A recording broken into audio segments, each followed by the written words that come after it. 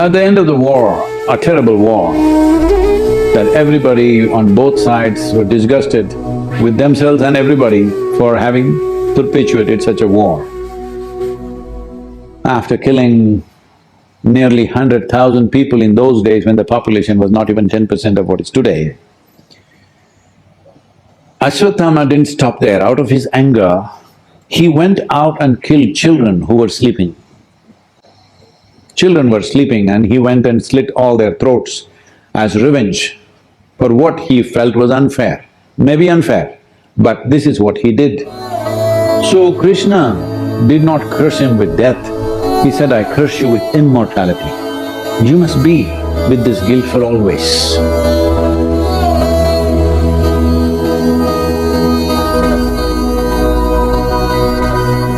So what is the consequence of that? I think they're all… Aswathama is manifesting in United States, killing all the children in schools.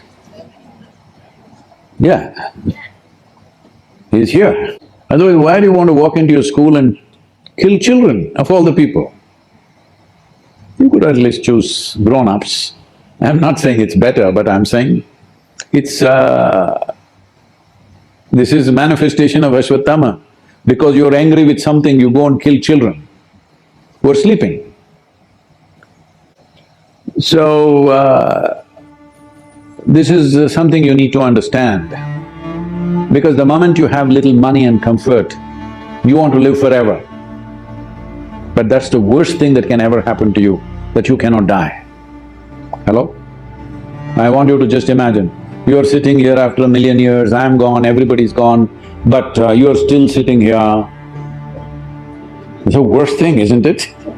You also die in time. Maybe you want to die after me, I agree, but you also die one day is a good thing. You cannot die, it's a terrible thing, isn't it? So he cursed him with the most terrible thing. He said, you must always live this guilt.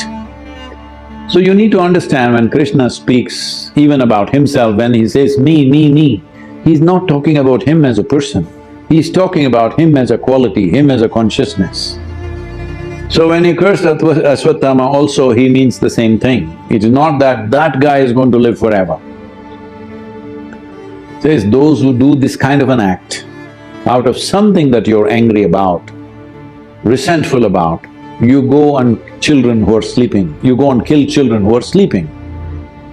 Such people must suffer always, because there are many things among human beings. When a war happens, you kill. It should not happen, he tried everything possible to see that it doesn't happen. Once it happened, he said, better fight. You can't go to the battlefield and say, I won't fight. You should not go to battlefield. Once you go there, you got to fight. So he said, fight. They fought, everybody killed each other, so many people died.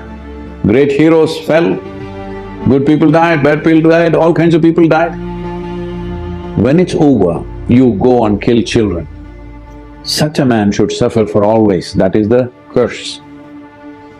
Because there are some things which are not good but you still do because you're caught in situations. This is after the situation is over, because you lost. If you had won the war, you wouldn't have done it. Because you lost the war and you're full of resentment, you go and kill the children. That's not… that you must suffer for always. The immortality is not for the man, but for the suffering that it causes within you.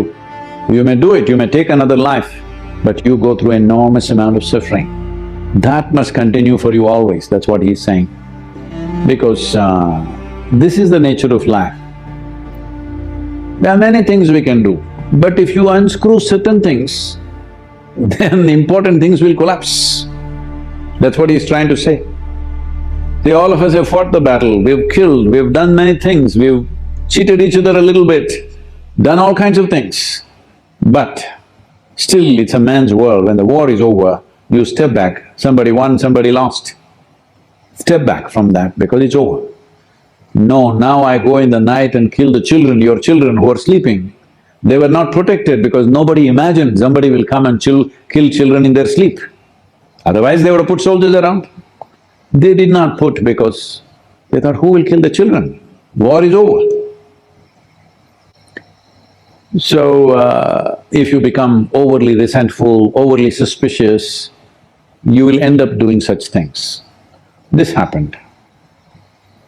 An American person went to Moscow. Can I say this joke or no?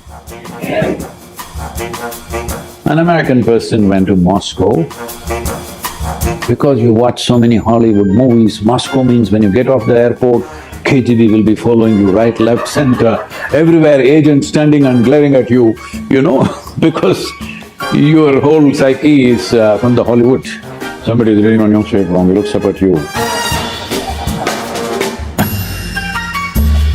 Everything is suspicious. The taxi driver is an agent.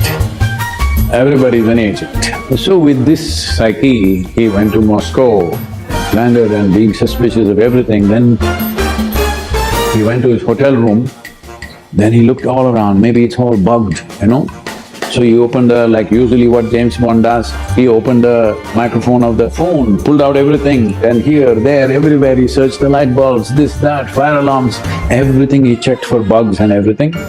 When he found nothing, he thought somewhere it must be there. And then he crawled under the bed. There he saw a big metal plate, screwed with 8 screws. Ah, this is it, I got it.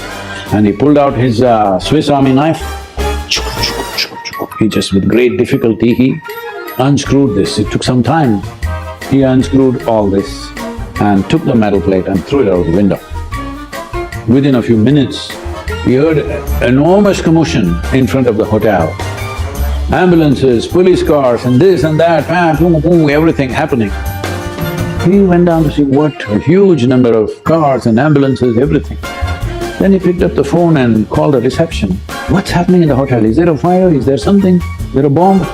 They said, no, on the 4th floor the chandelier crashed. People were having dinner and it crashed on them.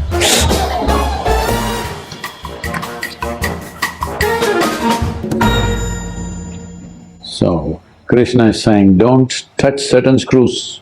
If you touch those screws, things will crash upon you for good. So he's not giving a relief to aswathama. For all others who fought against him, who did terrible things in their lives, he said, okay, as a man, you got angry, you got hateful, you did something. All right, there's a way for you. But he said, for this guy, there is no way, he has to live it forever.